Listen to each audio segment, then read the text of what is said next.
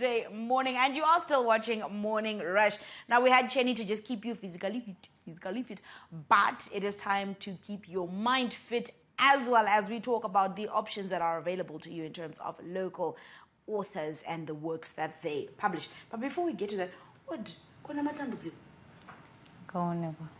it's so sad, so young. Someone was actually just recently celebrated the 36th.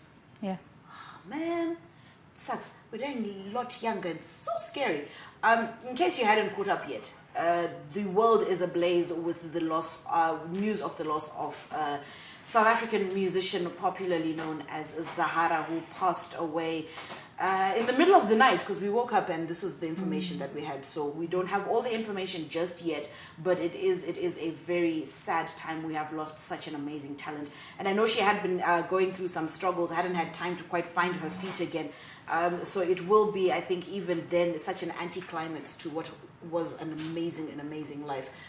We do wish that, her friends, family, fans all over the world find some form of consolation in the fact that she has left us with some amazing music to remember her by. May her soul rest in peace. Now, Audrey, your people. Yes. This title.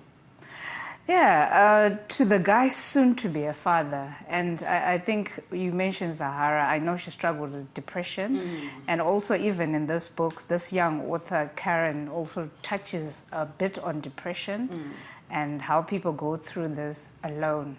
Yes. Tell us a little bit about Karen. So Karen is a journalism student. She's at NUST. She's 20 years old, very young, but she started writing when she was about 10, she says. Oh. Yeah, so she's all over in the arts industry, doing a lot for herself. And then this is a second book, actually. Okay. Yes. All right. Now, what is the story? Is this fact or fiction? Fiction. Okay. What is the storyline?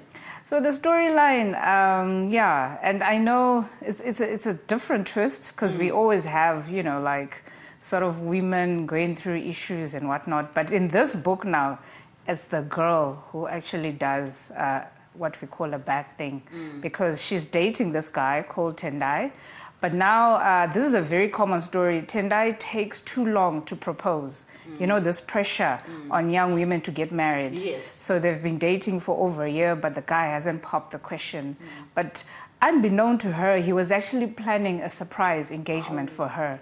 So the guy is involved in some issues. He's in hospital, and then she has to go back home because she's in school. And meanwhile, she meets this guy, her age, but he's on attachment. And then one thing leads to another, and she ends up being pregnant for this young guy. Oops. And meanwhile, Tendai, when he comes back, he finds that his girl... He actually finds out on the engagement, spoiler alert. Yes, on one knee, he's popping the question, and then she has to actually tell the truth and say, I can't marry you because I'm pregnant for another guy. One thing though, shout out to her for telling the truth. Thank you so much. Shouldn't have done it in the first place, but great that you told the truth. Yeah, because you would end up having, those DNA shows. Yeah. Yes, absolutely. All right. So the story is it's complicated, but it's common. Yes. It happens more often than we think it does.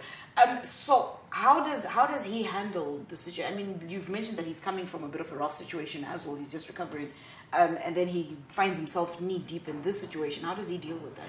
So it's a whole lot of plot twists, because we also have the ex-girlfriend Vanessa coming into the scene now. She's never let go of this guy.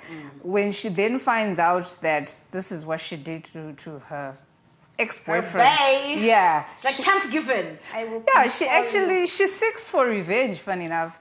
There's some kidnapping of some sort and whatnot. This is some high-level drama in this book. But sad to say, like we're talking about suicide, there is actually suicide at the end of the book, which is really, really sad. Oh, that's heavy.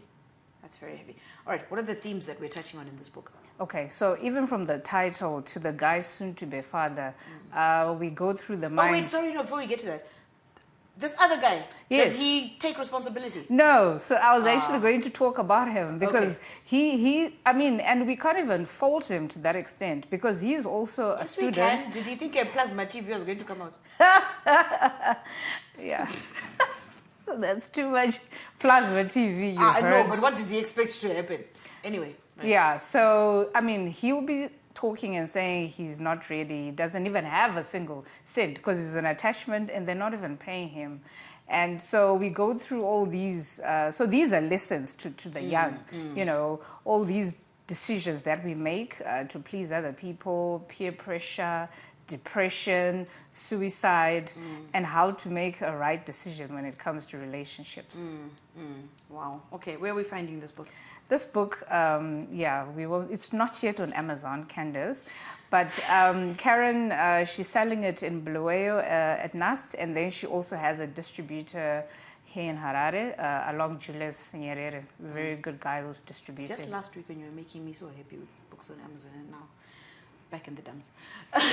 Okay, so this is a book that who's reading? The young should definitely read this book. Even our generation, I think for everyone, because this thing is common, hey? Very, very common, yes. Yeah. Okay, so the book is To the Guy Soon to Be a Father by Karen Mhanda. You do want to pick that up and not only go through the roller coaster that is dramatic in it, but also just pick up on the lessons, especially if you are of the younger generation, the Amatuke. This is vital lessons for you.